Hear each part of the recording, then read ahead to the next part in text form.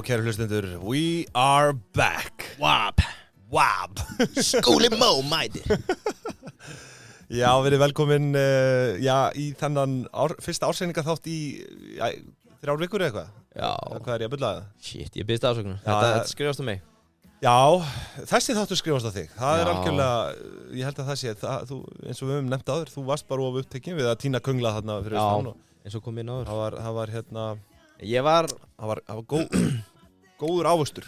verulega dán Já. þegar ég klúðraði þessu þarna á þriðjudaginn. Þetta var náttúrulega, það var ekki hægt að sitja í lofti. Þetta var bara slæm gæði, hljóðgæði hjá okkur. Já, við reyndum Okkur, mér. Þannig að það var bara hægt að tekja þessu okkur. Reyndum að taka eitthvað svona dæmi. Ég er oft lítill í mér í ágúst, stór mánuður í mínu lífi. Já.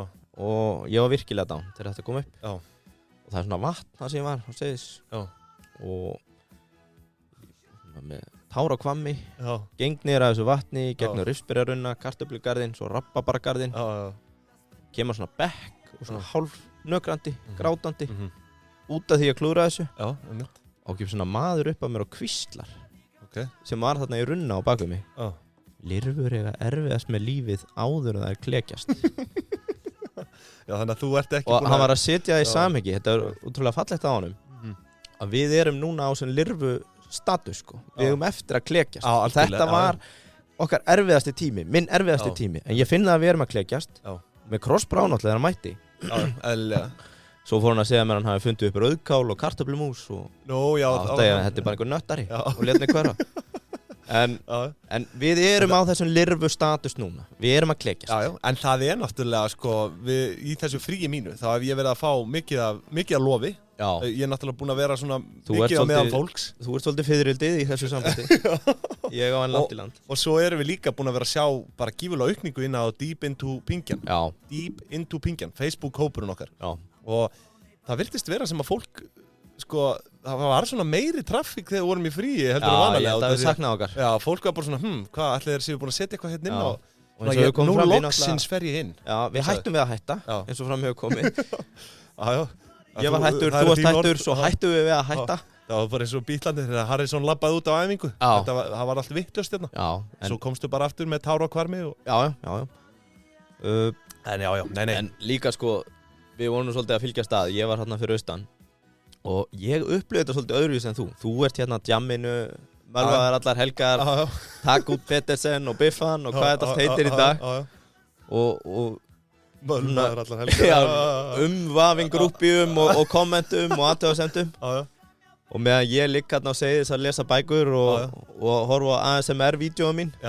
Ég upplifði þetta svolítið eins og þetta fyrsta skipti sem maður heyrði af hérna Kaleo að túra Bandaríkin, svona indie-band og Rúbin og Kó og allir í rútunni mölvaðir, gaman, grúppjur borð og allt í havari. Nema aðalkallinn Jökull, hann er á einhverjum Volvo hérna fyrir framann og síður lax og hugsa heilsuna. Það var svolítið ég. Þú sagðist þetta Jökull. Ég þetta áður. Ég veit það, ég upplifði mig svolítið sem Jökull í Kaleo í þessu sambandi. Já. Algjörlega, en sko, svo hefur náttúrulega líka margt vatn runnið til sjávar síðan síðast. Það eru konir 2 nýjir samstarfsaðilar til okkar og annar þeirra, svo við bara gefum þeim kynningu núna.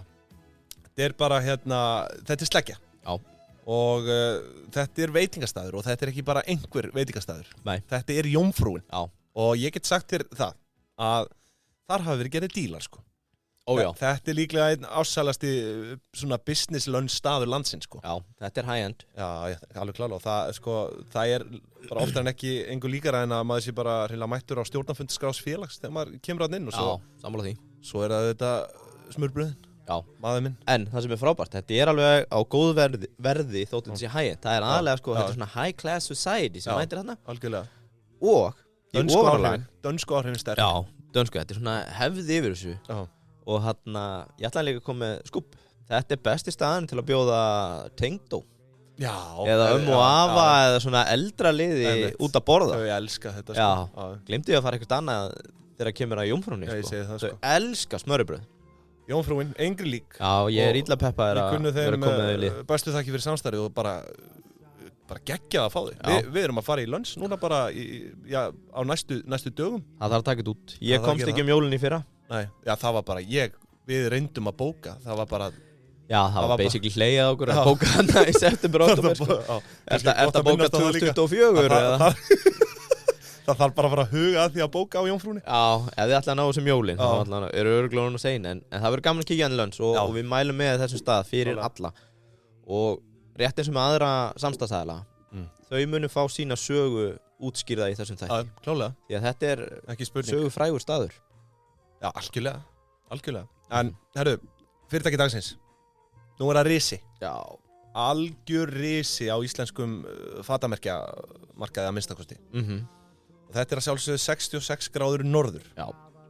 Og félagið, þetta sjóklæðagerðin HF. Akkurat. Í eigu 66 North Holding Lux. Þetta staðsett í Luxemburg. Já.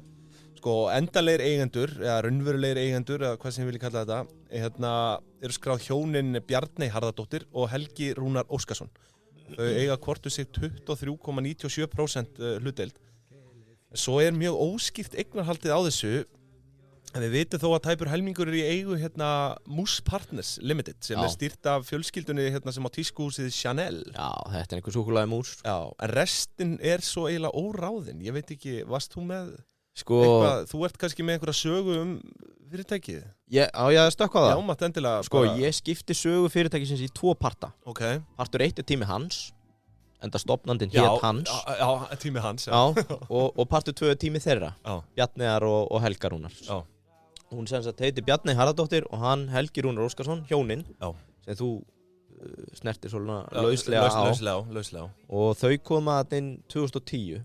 Já. En ef við spólum aðeins tilbaka og eins og þú segir, þetta 66 gráður norður náttúrulega langsamlega frægasta vörumerkið, en fyrirtækið heitir upprunalega Sjóklæðagerðin. Já. Og það hóf göngu sína árið 1926. Já, það bara 96 ára gammalt. Vill fólk giska hvar? Var það Siglufirði? Nei, Seyðisfirði. Suðureyri við Súgandafjörð. Já. Og eins og framkemur, uppalega hétt fyrirtæki Sjóklæðagerðin. Já. En 66 gráður norður nafni kom til vegna þess að Súgandafjörður staðsettur rétt fyrir ofan Heimskautsbaug á breytargráðu 66. Og ég ætlaði að koma hérna inn og hugsa ég held að hafi ekkert fyrirtæki í sögu heimsins gert jafn mikið fyrir eina þjóð eins og þetta 66 breytargráðu dæmi að það vita allir Íslendingar á hvaða breytargráðu við erum. Já. Þú getur hvergi annars staðar í heiminum verið stattur einhvers staðar í London, París, Köpen og spyrir á hvaða breytargráðu við erum. Það vita allir að Íslandir á 67. Þannig að við stöndum í þökkveði fyrir þetta.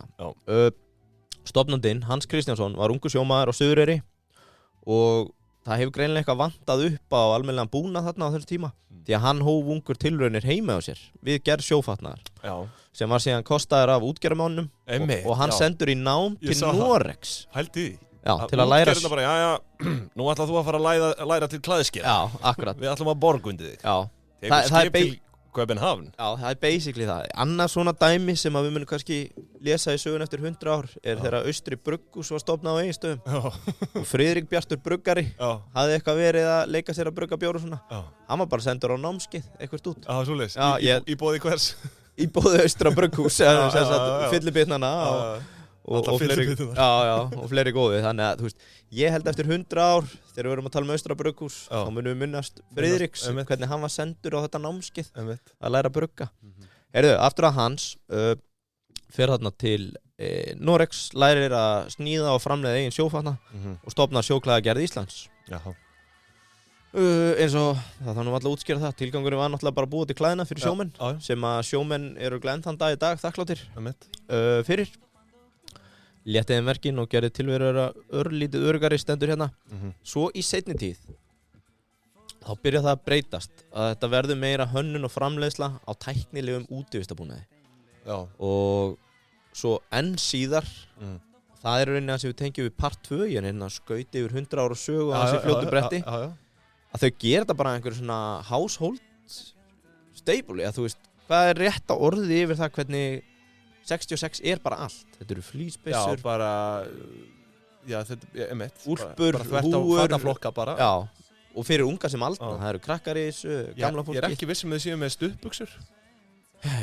Kannski, ég veit það ekki. Þau eru allan með bóli, stuttbuxur og bóli og þetta allir fjandinn hægt að fá þetta. Já, og svona aðeins að þeim. sem sagt partur 2, partur þeirra. Já. Tími þeirra.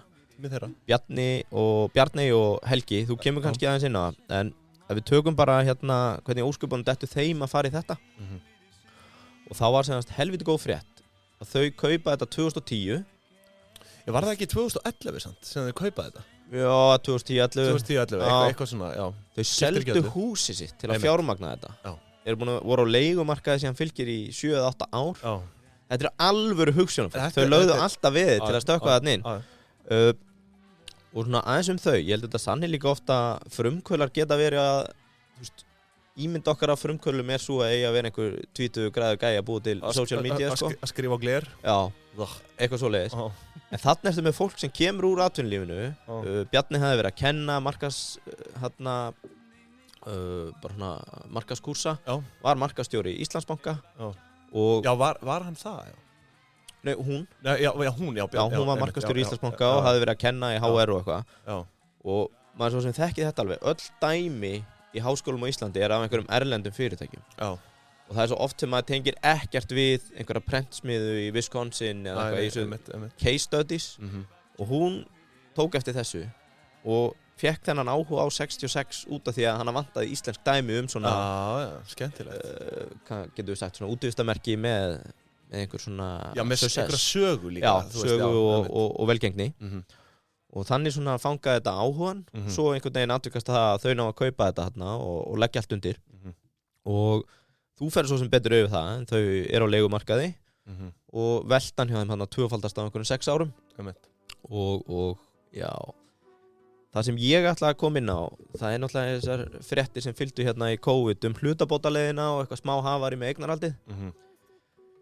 Mitt er kannski pínu kontroversial. Með þetta, þetta er í skattaskjólu, með að lágskatta, eitthvað, bla bla. Kom nú einhver frétt þess efnis. Já, pínu kontroversial. Ég lít svolítið á þetta eignarhald bara eins og þegar ég bjó fyrst í kjötbólur, heimatilbúnar. Hefurðu gert það? Já, ég hef gert það, já.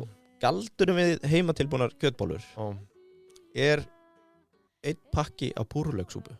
Og þetta er óvænt og kemur óvart. Þetta gerir kjötbólurnar betri. Er það málið? Þegar þú ert með nautaki, þú ert að mixa þessu, svo lest þetta púrulauksúpa. Setjum það átt í. Nuttar, setjum lauk með og salt og pipar. Þetta verður betra. Kjötbólurnar verða betri við púrulauksúpuna. Og það er svolítið eins og þetta eignarhald í Hong Kong. Þetta er óvænt, en ég held þetta gerir reksturinn betri. Já, eflaust. Eignarhaldi. Eflaust. Og þú kannski kemur betur inn á það, en 66 ég kemur reyndar ekkert inn á hlutabótaleiðina, sko. Nei, en bara hvert reksturinn að fara með þessu nýja eignarhaldi. Já, ég skil þig. Og þá getur þú spurt þig að leikslokum. Hefði ég frekar valið heima að gera kjötbólu án eða með púrulaukssúpu? Með púrulaukssúpu, já. Við spurjum að því að lokum. Spurjum að því að leikslokum. Bara svona rétt að lokum, það kemur hérna fram meðalfjöldi starfsmanna, 115. Sá í grein einhvers staðar að væri 200 af því, af því að 200 aðri væri í störfum á Lettlandi. Þannig að þú veist, sko ég er með 290 samkvæmt ársreikning. Já, í samstæðunni. Í samstæðunni. Já, og hérna ég ætlaði bara að koma inn á þetta núna, komu enn og aftur inn á þetta með það er starfskildi, ársverk, bla bla, þannig að þú veist. Það stendur meðal störf eða svona meðal. Þannig að 66 gráður norður er á bilinu 115-400 starfsmanna vinnustæður. En allan að samkvæmt samstæðureikning, þá er þetta 290. Og enn og aftur erum við komnir í samstæðureikningana. Sem að við svórum að halda okkur frá. Þetta er bara, ég er komin í djúpu. Þetta er fík. En já, eigum við þá kannski bara að demba okkur í yfirferði eða? Kíkjum á þetta. Já. Og það er hérna, það er þess að 2021 ársreikningur. Við erum komin með We got a 2021 in the house, sko. Nú, þá byrjum við á rekstrarreikning og við ætlum að hafa hann í boði Keldunar í dag. Sem hefur verið okkar bara, okkar diggasti stuðningsaðili, nánast frá byrjun og ef þú ert ekki búin að kíkja inn á Kelduna í dag, skaltu gera það núna. Þar sérðu bréfin, gjaldmiðlana, elstu viðskiptafréttir. Nú getur meira að segja að fara að vakta sérstök orð í fréttagáttinni. Já. Og það er náttúrulega, eins og ég sagði, kaupréttur. Það er á vaktinni á mér. Ekki mikið kauprétti á Íslandi. En dettur inn á öðru hverju. Já, ég er með múskaran. Þarna, leita svolítið á músk. Já, múskinn. En svo er líka ógeðslega þægilegt bara að þú getur subscribe að fyrirtækið þarna. Já. Fær tilkynningu þegar nýr ásetningur dettur inn og fleiri upplýsingar og þetta er bara bara mekka viðskipta spekulansinn sko. Þetta líka drull þægilegt, manstu fyrir helgi þegar við vorum að leita fréttatilkynningunni með Skel fjárfestingafélag. Já. Þá leituðum við bara þarna og þetta kom strax upp. Allt bara. Það geta fletta og leita bara. Já, bara leita. Takk fyrir það, Kjeldan, gerða þakkir. Herðu, rekstrarreikningur ára tekjurnar. Sko, heildartekjur félagsins hérna 2021 voru tæpir 4,8 milljarðar. Og það nokkuð skemmtileg framsending á þessu hérna hjá þeim í ársendingum, en þau gefa það upp að 4,1 milljarðar af vörusölunni á Íslandi. En einungis, og ég segi einungis, þetta eru einungis 644 milljónir á öðrum mörkuðum, sem þá gerir ráð fyrir erlendis. Já, það kemur mitt fram, sorry. Já. Síðastu frétt sem ég fann þetta, þá voru þetta 10 verslanir á Íslandi. Já. Og 3 í Danmörku. 3 í Danmörku, já. Gott ef að 2 þeirra var lokað í COVID og 1 í dag. Já. Þekki ekki alveg. Nei, einmitt. En þú sér það, segið þetta aftur, 4,1 milljarður. Þau eru með félag líka í Bretlandi. Eða þú veist, þau eru með skráð félag þar, sko, ég veit ekki hvort það séu verslanir. Nei, ég sá það ekki. En allavega, sko, þetta gerir sko hlutdeild á Íslandi 86,5% og restinn þá væntanlega 13,5% bara á erlendum mörkuðum. Akkurat. Og það hefur svona verið í kringum þá tölu síðustu ár. Þannig að sko 66 ekki beint farið að ríða feitum hesti erlendis ennþá. Nei. Ég hef samt alveg fulla trú á þeim. Hvaðan kemur þetta orðatildæki? Hvað? Að ríða feitum hesti? Ég veit ekki, það hefur verið einhver gæst. Það rugg, ef við ætlum að hleypa þessi í loftið? Já, þetta fyrir beint í loftið. Heyrðu, já, nei, það er rétt. Þetta er samt hérna, þetta er frábær tekjuvöxtur hjá þeim þetta milli ára. Voru að velta rúmum 4 milljörðum árið 2020, svo þetta er einhver tæplega 18% tekjuvöxtur. En vissulega tekið fram hérna í skýrslu stjórnar að salan árið 2020 hafi verið svona með vægara móti vegna skorts á ferðamönnum. Þá bara COVID-áhrifin. En þó hafi svona, aukin netsal og vöxtur og erlendri sölu vegið eitthvað upp á mótið, sko. Vissulega hafði skortur á ferðamönnum einhver áhrif líka á reksturinn 2021. En þrátt fyrir það, fínast að velta hjá þeim, en það er greinlegt að ferðamaðurinn er mikilvæg kunni. Já, en samt minna hagg heldur en ég hafði gert ráð fyrir. Já, klálega, og það er bara í rauninni út af þessari aukningu í netsölu, bara eins og við höfum séð oft áður. Til samanburðar, og þegar ég er með Æsver og Sintamani, sem eru, ég held 2 íslensku svona útivistar. Já, það er svona teljast eitthvað til tekna. Að Æsver sko Sóan reyndar, varstu með Sóan? Glemdi ég Sóan, heyrðu, það er alveg löru skell. Ok, en þú veist, Æsver og Sintamani, það duðar. Já, Sóan bara þakka okkur fyrir að við láta þau frið. En Æsver sko fer úr tæplega 3,8 milljörðum niður í 1,8 milli ára sko. Voru þeir að velta svona miklu? Það er nefnilega stóra. En Sintamani? Sintamani er bara rétt að sleikja 470 kísukúlur sko. Nú, ok, þetta er Æsver svona stórt. Já. Tjekkaðu á Sóan bara meðan ég bladra hérna. Þú heldur þeim hérna heitum. Já, þetta er nefnilega sko. Þetta er náttúrulega ekkert mál að sjá þetta bara á keldunni. Nei, flettið þessu bara sjálf upp, heyrðu. Þessi þáttur, ef þú ert með áskrift á keldunni, þá getur þú séð þetta allt bara á Excel-formi, bara mörg ára aftur í tíman. En hérna, herruðu, því næst, þeir eru farin að þekkja þetta, það er bara hérna kostnaðarverð seldra vara. Það eru rúmir 1,7 milljarðar. Þannig að þetta er alveg gríðarlega sterk framlegð sem við erum með þetta, álagningu upp á 175%. Og það er svona ekkert íkja langt frá því sem við höfum verið að sjá í fatabransanum þegar við tókum fyrir hérna Lindex og H&M og NTC og Bestseller og þessar keður. Og svo það sé nú kannski ekki sjálfu sér samanburðar hæft við 66 norður, sko, en það, álagningin á þeim var svona rokkandi í kringum 150%, mestmegnis. En persónulega hefði ég haldið að 66 hefði svona minna svigrúm fyrir álagningu, en fólk er að kaupa þetta, þú veist, svo þekkist orðið, þá eru flíkunar ekki þær ódýrustu, þetta er bara gæðavörur, skilur við, og kemur óvart að þau geti smurt svona vel á. En þá fyrir við í launin. Vilt að ég hendi inn samanburðunum á hina bara strax, eða? Já, ég meina, hvað er Sóan með í tekjur? Sko, Sóan, þetta er svolítið eins og mann. Þau eru með hérna 331 2020, það er ekki komið 21 reikningur. Nei, þá, en Sintamani og Æsver. En sko, Sóan er helviti stabilir, það er bara 266, 332, 320, 331. Já, en ég var búinn að segja að Sintamani á 470 og Æsver kemur svakalega óvart. Hver er álagningin hjá þeim? skulum bara taka þetta þannig að þú bara skýtur inn. Álagning 66 norður, 152%. 175. Þú ert náttúrulega ekki með samstæðuna. Nei, ég er með, þar liggur kötturinn grafinn, en skiptir ekki máli. Það er þá bara innlendireksturinn eða ekki, sem við... Ég þekki ekki, ég skoði bara samstæðurreikningin. Sintamani, 151%. Já. Og Æsver, 241%. Nú, herðu, þeir hljóta nú að hafa verið að gera vel þá. Það er reyndar, ég ætla að taka eina jöfnuðin út. Ég sá aðrar tekjur hjá Æsver voru 290 milljónir, sem helvið, þú veist, það með 10% veltu. Já, ef ég tek það út, og þegar mig grunar að sé eitthvað fiffir í hlutabótaleið, bla bla bla bla, eitthvað svona, þá er þetta 205% álagning. Ef ég sleppi aðrar tekjur, sem við bara vitum ekki hvað eru. Já, helviti vel lagt.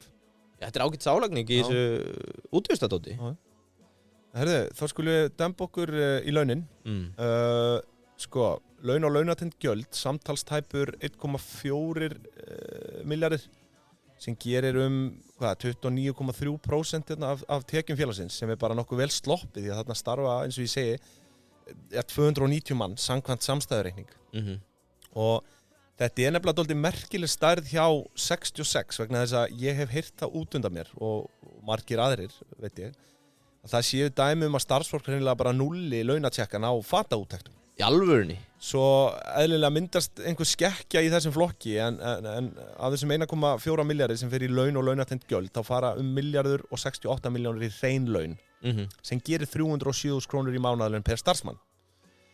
Hér verð ég samt að taka það fram, að í ársreikningnum kemur fram að stöðugildin eru vissulega að meðaltali 290. Svo ég er ekki alveg viss hvort þau taki hlutastörf með sem stöðugildi, en gerir svona fastlega ráð fyrir því. En auk þess, þá er líka náttúrulega þetta með fataúttektina, sem rýrir gildi þessar upphæðar. Það er magnað. Í hvaða fleiri brönsum ætli þetta sé svona? Já, það er alveg algengt, held ég, að ísbúð, pítsastaður. Já, svona aðalega kannski fataverslanir og raftækjaverslanir eða eitthvað. Það er bjór, sé hvað ég held að margir barþjónar. Já, meina það. Getur skrifað það.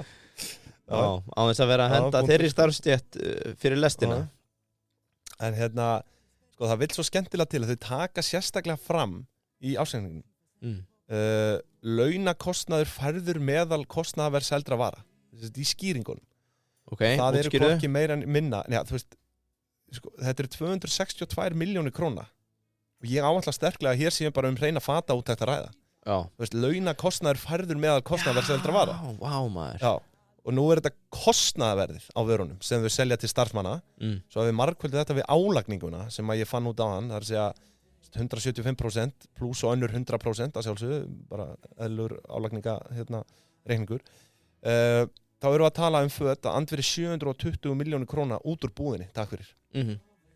En mér skilst mér skilst að starfsmenn séu með 50% afslátt, óstaðfest, sant? En ég hef heyrt það út undan mér.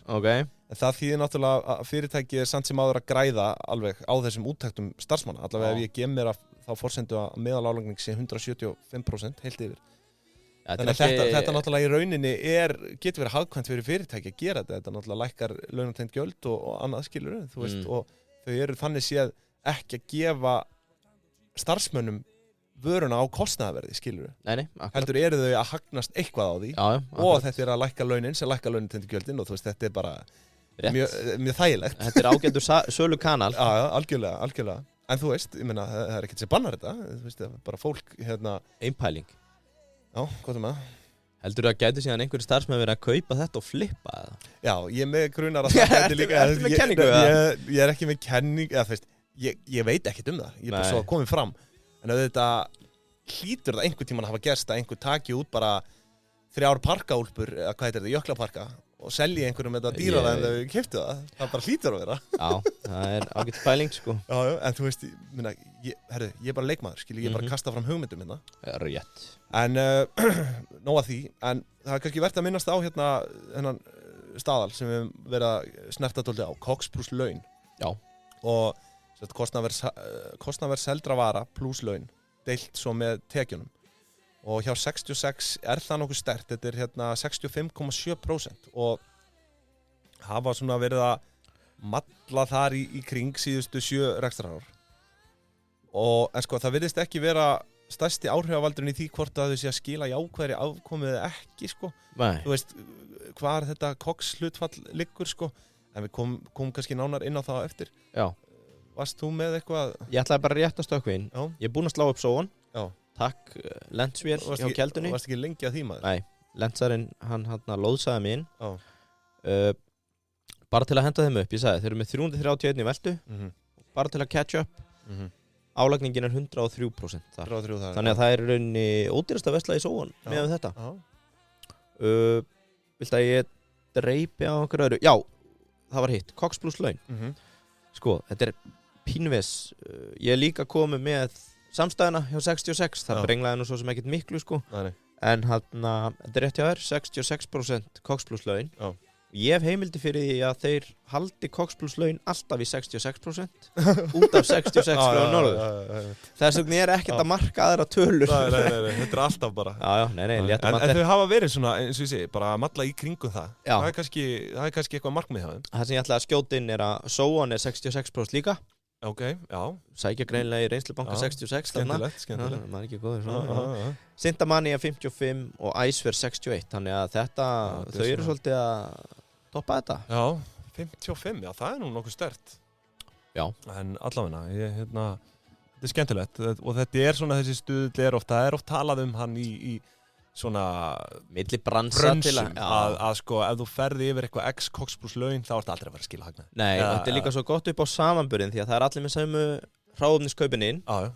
Og hvað ætlar að búa þetta til úr mörgum starfsmönnum og að þú ert ekki að standa í Cox plus laun milli staðal, sko. Akkurat. En þá skulum við bara ryðjast áfram, förum yfir í EBITDA og það var stórfín EBITDA hjá 66 árið 2021. 662 milljónir eða 13,9% EBITDA framleið. Og bara þeirra besta EBITDA í háa herrans tíð og post-COVID. Já, en þau hafa þó alltaf verið svona í jákvæðri EBITDA þráttur að vera búin að vera í svona talsvert neikvæðri afkomu síðustu ár. Já. En allavega vel gert hjá þeim núna, ekki spurning. Svo verði aðeins að koma sérstaklega inn á afskriftirnar vegna þess að þær eru hvorki meira en minna en tæpur hálfur milljarður, 497 milljónir og stærstu hluti af því er tilkomin vegna svo kallara leigueigna.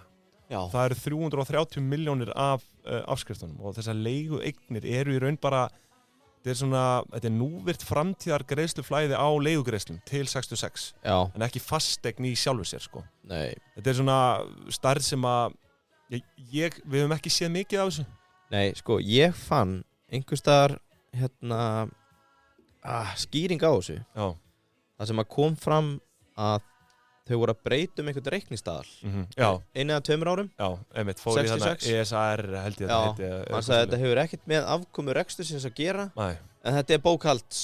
Já, þetta er eitthvað svona bókhald leikfimi, sko. Það hér er verið að núvirða framtíðar bara leigu tekjur eða eitthvað svona, sko. Og er það ekki þannig að þeir eiga fasteigninnar? Er þetta eitthvað innanhús að ég bara þekki ekki, sko? Þetta er í rauninni ekki þetta er ekki fasteign, þú veist, þessi stærð, sko. Við komum nánar inn á þetta eftir. Þetta er alveg. En allan afskriftin af þessum leigueignum voru 330 milljónir sem er alltaf mjög þungt, sko. En allavega, förum yfir í hagnaðinn og hér erum við að sjá hagnaði fyrsta sinn í 6 ár og þetta eru tæpa 52 milljónir sem eru þetta ekkert bilað hagnaðarhlutfall þannig séð 1,1%. Rétt. En á sama tíma eru þið búin að vera að rífa sig upp úr gífurlegri taphrinu og ég held að þetta sé bara ekkert nema jákvætt, sko. Auðvitað vega, eins og ég segi, afskriftunar ansið þungt en til þess er leikurinn gerður, sko. En sko, svo var uppsafnað tap á árunum 2016 til 20, þetta eru rúma 925 milljónir. Þannig að þau eru allavega núna að byrja að skila einhverjum hagnaði sem er vel og ég held að þetta sé bara upp á við núna eftir þetta. Herðu, þá erum við bara komin í efnahagsreikninginn og þá verði ég að kynna til leiks, eða verði ég bara kynni hér til leiks nýjan samstarfsaðila og sko þeir hafa verið með okkur áður náttúrulega í föstudagsskaffinu. Já. En eru glænýr á nálinni hérna með okkur í ásetningaþættinum og sjálfsögðu er þetta Landsbankinn. Já. Og ég þreytist ekki á að segja að það er gífurlegur heiður og að hafa þau hérna á bakvið okkur í því sem við erum að gera. En við viljum hvetja hlustendur til að núna, skrá sig á póstlista. Sko, þetta heitir Hagsjáin. Já, og já, meðal annars, sko, því að sko, þú ferð einfaldlega bara inn á landsbankin.is, /póstlistar, og það hægt að skrá sig á mismunandi póstlista hjá þeim, og til að mynda Hagsjáin. Sem held ég metnaðarfyllsta greiningavinna sem á sér stað í íslensku efnahagslífi. Algjörlega, og ef þú vilt vita bara hvað í gangi, bara hverju sinni í efnahagslífinu, þetta bara þrælsniðugt og getur skráðið á mismunandi póstlista, eins og ég segi, bara eins og þeir eru með vikubyrjun, það færðu senda póst á mánuði og sérðu allt sem á döfinni bara í komandi viku. Já. Og það farið bara yfir stöðu og þróun, helstu hagvísa hér heima á erlendis og allur pakkinn, sko. Svo Hagsjáin, það svona þess að ég kalla vefrit hagfræðideildarinnar og það óregluleg útgáfu tíðni á því, það svona jafnað 1 sinni til 2 í viku. Og það bara verið að fara yfir, þú veist, þetta sem ég elska, bara verðbólgu, greiningar, stýrivaxta spár og annað. Já. Og svo alls konar, þú veist, svo hægt að fara í eignastýringu, skrá sig póstlista þar, umræðan, fjármál einstaklinga og annað. Þannig að þetta bara toppurinn fyrir fjármála spekulanta og þeir sem að vilja vera bara on point, getum orðað þannig. Sko, ef við erum hérna með Kúta í barnalauginni, þá eru þau að fara á dýftina, sko. Þetta alvöru greiningar, þvílíku metnaðar í þessu. Og líka, þú veist, þetta líka á mannamáli, mikið. Já, þetta mjög gott, myndi ég segja. Og mæli með að líka skrá sig á póstlista. Þetta algjör snilt. Já, það komin inn hot núna. Situr í inboxinu og býður eftir að lesa það. Segið það, sko. Svo náttúrulega... Það bara hættur að lesa fréttur á Vísi og MBL og þessu. Þetta bara kemur allt í póstlista. Þau náttúrulega eins og þú segir, fjallum áskeiðsbólguna, þó þau kallið það ekki. Já, þau kalla hann ekki áskeiðsbólgu þar reyndar. Nei, en það eru kenningar á lofti núna að áskeiðsbólgan sé að fara að verða verkalýðsbólgu með haustinu. Já, við skulum ekkert fara að tjá okkur meira það núna. Það eru ákveðna kenningar á lofti. En kíkja á þetta, ég mælaði með Hagsjáni, það upp á þetta mitt. Fyrir samstarfið. Já. Herðu, þá förum við bara dömbu okkur í eignir, sem fyrsti metrikinn hérna á fyrsti flokkurinn á efnahagsreikningnum. Og hér eru heildar eignir 66, rúmir 6,2 milljarðar. Já. Og af því eru tæpir 3,4 milljarðar í fastafjármunum. Og þar ber helst að nefna áðurnefndar leigu eignir sem telja rúma 2 milljarða. Og eins og ég segi, þetta er ekki svona fysisk eign, eins og við köllum það, heldur þetta núvirta greiðsluflæði af framtíða leigutekjum. Fugazi. Já, kannski ekki Fugazi, en þú veist, þetta er Fugazi. Allavega, því næst, þá það viðskiptavildin. Það fyrir 517 milljónir og hún tilkomin vegna sameiningu sjóklæðagerðarinnar og 33 EHF. Það gerist árið 2005. Hvort það sé tilviljun að 33 sé helmingur á 66. Þetta var observation. Þetta er í rauninni kaupverðið að frádregnu bókfærðvirði eiginfjár. Og þessi stærð ekki afskrifuð, heldur hún undirgengt svo kallar virðisrýrnunarpróf. Ég ætla ekki að fara nánar út í þannig. Nei, þetta er bara... En þetta allavega flokkast sem fastafjármunir, viðskiptavildin. Nú næst það undir fastafjármunum óæmislegar eignir fyrir 409 milljónir og þetta eru eignir eins og hugbúnaður, vörumerki og fleira. Já. Svo eru það varanlegir rekstrarfjármunir, það fyrir rúmar 265 milljónir og það eru áhöld, tæki og innréttingar á bókfæri verið 163 milljónir. Ótrúlega það sé ekki meira, ég held að það verið þvílíkum metnaður í þessum búðum. Og svo lóðir og fasteignir, þetta er bara 102 milljónir. Ha? Já. Nei. Jú. Ha? Já. Nei. Mér finnst það lítið, sko. Nei, ég að segja það, maður haldið það svona stóriði eins og 66 væri... Já, búið að hólka sér á nokkar fasteignir. Já, maður veit ekki. En svo restin af fastafjármunum bara eitthvað krafa á tengt félög og tekjuskattsinneign og ég hefur ekkert meira það að segja. En sko, svo eitt hérna, kannski ég út á þekju, en mér fannst nú þið tók Æsver, Sinta, Sóon og 66. Þú sér það að þeir eru með eignir upp á 6,4, þar að veru veltufjármunir 2 hjartar. Já. Hjá hinum, þá er þetta skuggalega hátt hlutfall af veltufjármunum. Ég held ég aldrei séð þetta áður. Og ég tók þetta saman, þetta er 32% af eignum eru veltufjármunir, sem alltaf góð, þetta eru byrðir og eitthvað. Þetta er 99% hjá Sinta Money. Allt byrðir eða? Já, 85% hjá Æsver og 70% hjá Sóon. Hvað er mikið í byrðum hjá Sinta Money? Já sko, hérna er með meðalstöðu byrða, nei, þetta er ekki bara byrðirnar, þetta eru veltufjármunir. Já, veltufjármunir. En byrðir þar af eru 190 milljónir sko, þannig að það er helmingurinn, þannig að þetta er helmingur af bara eignum eru útistandandi byrðir í rauninni sko. Já, sama hérna, ég meina veltufjármunir á 66, það eru 2,9 milljarðar og vörubyrðir af því eru 1,7, rúmur 1,7 milljarðar og þá finnst mér náttúrulega við að skoða velturhraða byrða. Já, akkurat túr með það. Já, og hann gefur hjá 66 skemmtilegan ás, sem sagt 1. Já. Þau eru á meðaltali að velta lagarnum á einu ári, ef tekið með af þessu allana. Bara hérna... Það tekur 66 gráður norður, 365 daga að endurnýja lagarinn, sem svona... Sko, frekar sjálft séð hjá okkur. Þú varst með eitthvað daginn undir einum, mann ég.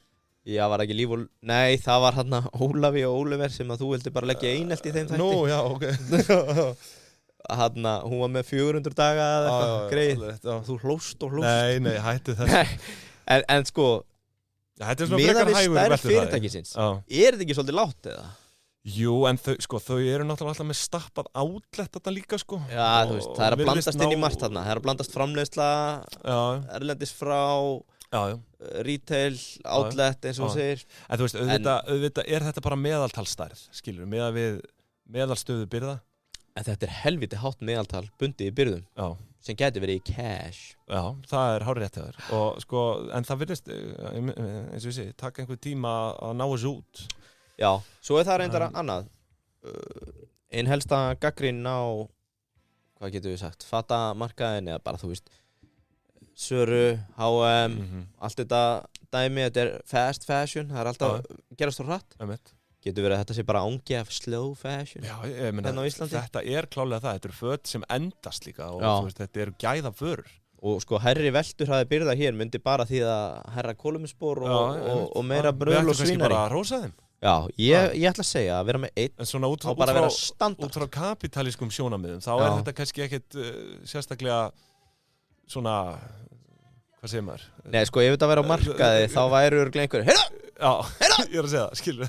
Það er þetta kannski ekkert sérstaklega vel séð, en allavega, þetta er bara flott, segi ég. Bara minna kolefnisspor og við höldum það. Bara prýðilegt, en allavega, skulum við halda áfram í veltufjármunum. Þar er handbært fé, handbær pingja, 640 milljónir sem er bara nokkuð gott. Já. Svo eru þau hérna með markasverðbréf fyrir 172 milljónir. Keyptu hérna fyrir 550 milljónir þó á árinu og seldu svo frá sér stóran hluta og eftir standa þessar 172 milljónir. Ég spurði hvort þið tekið þátt í Íslandsbanka útboðinu. Já, eða Æsir, áskriftarréttindi. Já, kannski, það er aldrei að vita. Þau eru að renna út á að exercisa það. Já, viljum minna á það. Þau eru að renna út 18. ágúst. En en það kemur svona, því miður ekki fram hvað í hverju þau keyptu eða seldu. Þannig að þetta er bara svona smá fabulering. Því næst eru það viðskiptakröfurnar. Það standa í 274 milljónum og þau eru með þessa kröfustýringu sem við hefum komið inn á áður. Skemmtilegt. Er að færa þetta niður í virði eða þú veist, með þessum útreikningum, kröfuútreikningum. Og þú veist, þetta er náttúrulega þokkalegar upphæðir, þannig að það þarf að stýra þessu. En svo að lokum eru það kröfur á tengd félög fyrir tæpar 42 milljónir og þar með eru eignir bara upptaldar, 6,2 milljarðar, takk fyrir. Þá skulum við demba okkur bara yfir í skuldahliðina. Og til langs tíma þá eru skuldir upp á rúma 2 milljarða og það er skuld við móðurfélag upp á 227 milljónir og svo leigu skuld fyrir 1,8 milljarð. Nú, skammtíma skuldirnar, það eru tæpur 1,5 milljarður og þar eru það helst viðskipta skuldir og aðra skammtíma skuldir sem telja 1,2 milljarða. Svo er restin nánast öll bara þessar leigu skuldir. En nóg það, en ég vil náttúrulega sjálfsögðu skoða skammtíma greiðsluhæfið. Skammtíma greiðsluhæfið 66 hefur verið svona til fyrirmyndar í gegnum árin ef litið er á veltufjárhlutfallið að minnsta kosti. En árið 2021 þá stóð það í 1,94 sem er bara stórfínt, en þó verður ekki litið fram hjá því að byrðirnar eru, eins og ég nefndi á hann, ansi stór hluti af veltufjármunum. Já. Og sömuleiðis virðist lagarinn vera að tæmast bara hægt, svo ég legg til að lausafjárhlutfallið eigi betur við til að dæma skammtíma greiðsluhæfi félagsins og þá tökum við einmitt byrðirna bara út úr veltufjármunum. Þá erum við að fá 0,77 sem er náttúrulega undir hinnum heilaga ár sem að prófnefnd viðurkenndra bókara predikar, sko. Já. og við að sjálfsögðu líka. Þau eru mjög hörð á því. Já, en þetta þó ekki allslæm staða. Þú veist, við höfum séð að talsveit vera. En þetta dálítið hár hluti veltufjármuna í byrðum. En ert þú með samanburð á þessu? Heyrðu, já, þá hendum við hérna upp Sinta, Æsver og Sóon. Það ég var að kalla, þetta ekki systun, þetta rakkarnir 3? Rakkarnir 3? Já, ég veit ekki. Úlpur rakki. Já, ok. Það ekki? Það eru þín orð. Já, rakkarnir. Sko, veltufjárhlutfall, viltu byrja á því? Já. 2,3 Sintamanni, 1,48 Æsver, 1,32 Sóon. Ætli ég þurfi ekki að henda í hérna óendurskoðan stimpil á Sóon, ég búinn að vera að stimpla á hérna inn með lendsanunum. Já. En lausafjárhlutfallið, allt læg hjá Sinta. Við viljum taka með að því að þau eru öll mjög há í byrðum, eða ekki? Jú, mjög þá viljum við prófa að taka byrðir út til að meta skammtímagreiðslur. Já, akkurat. Og þá eru við staddir hjá Sinta, 1,15 í lagi. Æsver, teikar, enn og aftur 66, 0,55. Já, Æsver í 0,55 lausafjárhlutfalli? Já. Og 0,36 hjá Sóon, þannig að það svona 66 stendur bara nokkuð vel. En Sintamanni greinilega best. Ætlar ekkert að fara að pumpa út þessum byrðum og svo það. Þeir eru með meiri cash. Já, svo það. Ég veit ekki. Þau eru að hugsa kólunssporið. Þetta eru bölvaðir rakkar, maður.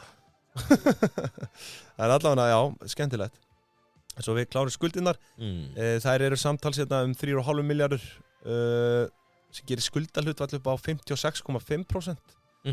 Sem bara, langt innan heilbrigðra marka og í rauninni bara stórgott hlutfall þannig. Já, hérna eru mínir menn í Æsver ekki alveg að gera nógu gott mót, 88%. Ok. Skulda hérna, sko ef við tökum bara heildarskuldir, 1,6. Eignir upp á 1,8. Já. Þannig að, en skammtímaskuldir milljarður, þannig að þetta svona, já, engin döða Nei, já, þú veist, þetta allavega við viljum sjá sérstaklega ekki, því að hérna í byrjun þáttar þá vissið þú allar hvað Æsver var, sko. Nei, já, ég veit. Svo það bara eitthvað apparat sem að taka eitt erfitt ár og velti tæpum 2 milljónum, sko. Já, sér það. Þannig að En hvað hérna Sóon og Sintamanni? Sinta var 56 og Sóon 62%, skuldahlutfalli bara. Þannig að þau eru svona á svipuðu. Já, þetta bara fínt. Svipuður ekki þannig. Já.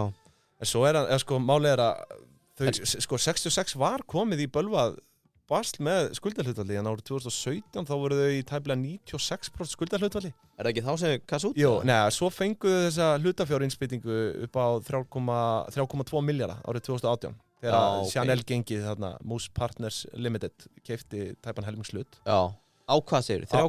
Já, þau keyptu á 3,7 milljarða. Já, helming. Fengu tæpan helming. Fengu hérna hlutafjárinsbyttingu upp á 3,2 milljarða af því. Já, ég ætla ekki að segja. Alla götu síðan hefur skuldahlutfalli haldist undir 60% sko, sem er vel. Ég ætla ekki að hvetja þau til að fara að færa virðið niður í sínum bókum. Nei. En mitt verðmat hérna, 7 sinnum EBITDA, kemur niður á 4,6. Þannig að þú sér það, þau eru að fara úr verðmat upp á, hvað sagði þetta hafi verið, 3,8? Nei, sko 3,7 milljarðar sem er náttúrulega 7,4. Já, niður í 4,6 á 5 ánum. Já, það eru þín orð og mjög óábyrgt, myndi ég segja. Mjög óábyrgt. Eitt hérna samt, sem við höfum ekkert flaggað almennilega. Ég held á svipuðum tíma að vera eitthvað hafari í kringu Sintamanni. Já. Frekar en Æsver, annarkvort þessara fyrirtækja, núna er maður bara að fabulera, var í bölvuðu basli, tók nýja eigendur, var það Sintamanni. Já, því að rekstrarreikningurinn þeirra fyrsti er bara 2020, sko. Þetta er samt eldra fyrirtækin það. Já, þetta var bara stofnað nýtt í kringum batterið, sko. Já, núna tek ég bara The Minute of Sintamanni. Já. Recap. Velta 477. Ég var ekki búinn að segja, þeir eru með EBITDA upp á 116, sem er 24,5%. Já, það er nokkuð góð framlegð. Langhæst. Hagnaðar ársins, 94. 20% hagnaðarhlutfall. Já. Og hérna, til að summera upp það mikilvægasta. Sintamanni striking back. Já, það er greinilega don't call it a comeback. They've been here for years. Gaman að þessu, Já, þannig að hver var samt hagnaður? Þú glindir að fara við það, bara hjá eins og Sóon og Æsver. Æsver, ég er mjög forvitin að vita það. Já, sko, ég sleppti Æsver því að það var engin hagnaður. Þau töpuðu 180 milljónum. Já, ok. 2020, COVID-árið, erfitt. og Sóon á 330 milljón króna veltu að hagnast 18. Þá ég að tala eftir skatta bara hagnaðar ársins. Þannig að það þú veist, 11% EBITDA-hlutfall og eitt sem við erum alltaf líka að gleyma, tekið bara starfsmann. Það sem kemur með mest á óvart hérna, þetta getur ekki verið rétt. Sóon með 8 starfsmenn. Já, mennar. Sintamani með 5,5 stöðugildi. Já, þetta náttúrulega bara örfá á verslanir, held ég. Já, og mögulega bara outsourcaði allir í framleiðslu. Nú fá einhvern rökkanum alveg brjála. Það er alveg komið tíma á aðhald. Þetta alveg íslenskt. Heyrðu, ok. Það þá ekki bara... Ég held að Sintamani alveg íslenskt, sko. Ég held þetta sé allt alíslenskt þannig til þú fattar að þetta allt framleitt einhvers staðar annars staðar. Það spurning hvort að Icewear sé bara að gera vel erlendis núna, sko. Þú veist, Icewear, þetta náttúrulega mjög svona vænt útflutningsnafn, sko. Já, þetta brilljant nafn. Það væri nú svo sem hægt að... Þú veist, 66, eins og ég segi, þeir hafa ekki riðið feitum hesti hingað til á erlendu markaði, svona miða við hér heima, að minnsta kosti. Svo spurning hvort að Icewear sé bara með meiri hlutan á erlendu markaðum, sko. Ég þekki það ekki. Nú ég að hrista hausinn. Þú ert ekki að fara að trúa þessu. Nei. Icewear story begins in the village of Hvamstangi. Já, það hef ég nú oft sótt bæi. As a small wool factory called Drífa. En það rekstrarreikningun þeirra heitir Drífa EHF. Icewear, maður. Það kemur ekkert fram hvað að selja erlendis eða? Nei, en hérna, þetta stórmerkileg heimasíða hjá þeim. Þeir eru með heimasíðan á öllum Norrlandatungumálunum. Þau eru að selja hérna skartgripi komin í ísinn þegar séu með einhver collaboration við ísbílinn. Gaman. En allavega ég ætla að örstuð bara í eigið fé og talandi þessa hlutafjár innspýtingu þá var þetta hlutafjö það var tæpar 22 milljónir fyrir innspýtinguna þessar 2017 og 18 svo bættust við þessar Hvað? Sorry, það eitthvað twist hérna. Ég inn á Icewear. Hvað með það? Þá ég bara dottinn inn á heimasíðuna Scandinavian North sem að selja vörur Icewear. Þetta eitthvað skrítið. Ég bakka með allt sem ég sé. Nei, þetta örugglega bara vörur Icewear á Norðurlöndunum. Já, halda áfram, sorry. Allavega, það verður aðhaldið til þennan þátt. Já, það verður ekki aðhald, það verður hiti. Rakkandi hringja. Þetta skrifast á þig. Já, ég tek það. Allavega, þessi 3,2 milljarðar bætast við og því má segja hlutafé standi núna í 3 milljörðum og 222 milljónum króna. Já. Eftir þessa innspýtingu. En þau eru með ójafna tap upp á 1,1 miljard sem raun bara þetta uppsamnaða tap í gegnum árin. Þetta hugsjónafólk. Ja, nú byrjaði að hagnast, sko. En svo annað bundið eigið fé upp á 592 milljónir og samtals þetta 2,7 miljardar í eigið fé. Þannig að ég lítið annað það að segja. Ég glemdi að kíkja. Hafa eitthvað verið að pumpa út eða? 66? Já. Nei, ég held ekki. Nei, ég sé ekki neitt ekki síðustu ár, sko. Tókstu sögun eitthvað? Nei, það einfaldlega bara því að þau eru búin að vera bara í tapi. Ójöfnuðu tapi. Og í bréfunum, þau náttúrulega keyptu bréf. Já, gerðu það reyndar. Þannig að þú fer ekki að pumpa út þér út í bréfunum. Nei, svo það. En til að draga þetta saman, þá sýnist mér, þetta bara bullandi hugsjónafólk. Hún tekur einmitt fram í þessu viðtali eins og þú sagðir, eina eigendum, hún og Helgi, maðurinn hennar, einn eigandi, hafi selt ofan á þessu húsið. Já, það... Til að geta keypt fyrirtæki á sínum tíma. Og voru þarna leigumarkaði í einhver ár, sko. Ég held að ég skilið... Allt í söldunar. Payday verðlaun Pingjunar. Já. Fyrir það að selja húsið sitt til að fjármagna kaupa einhverju rekstri. Ekki spurning. En svo náttúrulega risastórt að fá inn þessa erlendu fjárfesta. Og ég held að 66 sé einhvern veginn bara rétt að byrja. Talaði maður í byrjun þáttar að þið var ekki að ríða feitum hesti á erlendu markaði en ekki enn sem komið og bara núna áðan en þú veist. Ég held með að við mitt verðmata þá eru þau undir verðlögð í dag. Já, þú veist, ég stendi þeirri trú. Já. Ég bullandi trú að þetta sé bara handa við hotnið það. Já, ég sammála því. Ég held að þetta náttúrulega bara spurning að veðsetja húsið aftur og fá bara Kylie Jenner í myndatöku upp á Vatnajökli. Já. Ég hræddur að það myndi borga sig. Heyrðu, akkur tóku ekki smá samantekt? Þú veist, hún tók náttúrulega Puma, það var ekki nema $1 million, 120-130 milljónir. Ég held að þau getur alveg lagt í það. Hvað ætli að sé það mesta sem þau borga áhrifavaldi? Ég veit það ekki. Hafa þið verið með einhverja fræga? Það koma stundur svona fréttir Justin Bieber í Já, Jay-Z og Beyoncé lítur loka búðinni þarna svo þau geti versla, sko. Það hefði nú haldið að þú veist, þau voru náttúrulega keiftu bara fötin, sko. Það hljóta líka að vera keiftar fréttir því að það dettur einhvern blaðamann í huga að skrifa þetta. Það gerir það nú. Tískan þetta fashion. En já, þetta var svona létt samantekt. Já, hún var í boði Payday. Já. Einfalda lífið við reikningagerð og bókhald til muna. Ég held að það sé alveg öruggt að segja það. Einyrkja lítil og meðalstór fyrirtæki. Þið þekkið þetta. Þetta bara ykkar heimavöllur þarna. Og hefur einfalda líf mitt alveg. Já, nú ég með lítið fyrirtæki. Og einyrkja einhverju leyti. Já. Þannig að þetta bara fullkomið fyrir mig. Já, þetta bara upplifun í hverjum sendur reikning. Fólk þarf bara slökka okkur right now, skrifið Payday .is og kíkja á þetta. Svo minnum við þetta á að það 30% afsláttur af áskriftargjöldum í 3 mánuði eða þau nota kóðan frá okkur í pingjunni. Heldur betur. Sem inn á Dýbind og Pingjan. Heldur betur. En að öðru leiti þá byrjum við fólk bara þetta á follow og senda vin og... Já. Algjörlega, en þetta var svona yfirferð yfir 66 2021 og já, ég held að það sé bara öruggt að segja, já, kannski ekki öruggt en þetta allavega, nú erum við farin að, þau eru farin að skila hagnaði í fyrsta skipti í langa tíma sem rétt að byrja. Já, rétt að byrja. Svo viljum við líka minna ykkur á að það er þriðjudagur í dag og það er að sjálfsögðu Dominos þriðjudags tilboð og já, höfum við eitthvað meira það að segja? Nei, ég bara get ekki beðið eftir að gnista tönnum í eina ekstra. Já, þú er alltaf búin að vera í ákveðinu Dominos leysi þetta fyrir austan. Já, ég ákveða að lifa eins og Ítalið næstu ár. Já. Vera ekki með Dominos. Já, sem eru stór mistök, en það verður bætt upp fyrir það. Algjörlega, fáðu ykkur þriðjudagstilboð í dag. Já. Annars held ég að við séum bara svona tæmdir. Já. Gott að við komnir aftur úr frí. Já. Ég biðst afsökunar. Smá ryðgaður, jável, þú á austan. Létt riðir í dag. Ég samt sko ég ætla að lofa sprengju þætti næst. Já, það verður rugglaður þáttur næst. Já, ég held að það verði við verðum eftir í föstudagskaffinu mér. Já, það verður besti þátturinn sem við höfum gefið út næst. Ekki spurning. Já. Þannig að þetta svona já. Er þetta ný sería? Já, við vorum náttúrulega búin að lofa hugsjóna fólk sem hlæri helvíti. Já, það fór ekki í gegn. Það fór ekki í gegn. Nei. Framleiðandi var ekki sáttur með það. Þannig að við verðum til miður að geyma það til betri tíma. Þá viljum við voru sjálfstæðir. Já, þannig að við erum alltaf með leikstjóra og pródusent. Já, það vantar eitt enn í hennan gæja, sko, þannig að það er bara... En allavega þá bara biðjum við ykkur eiga góðan dag, kæru hlustendur. Já, frábæra viku. Heyrumst aftur bara í föstudagskaffinu næsta föstudag. Já. Verið sæl. Það var gott.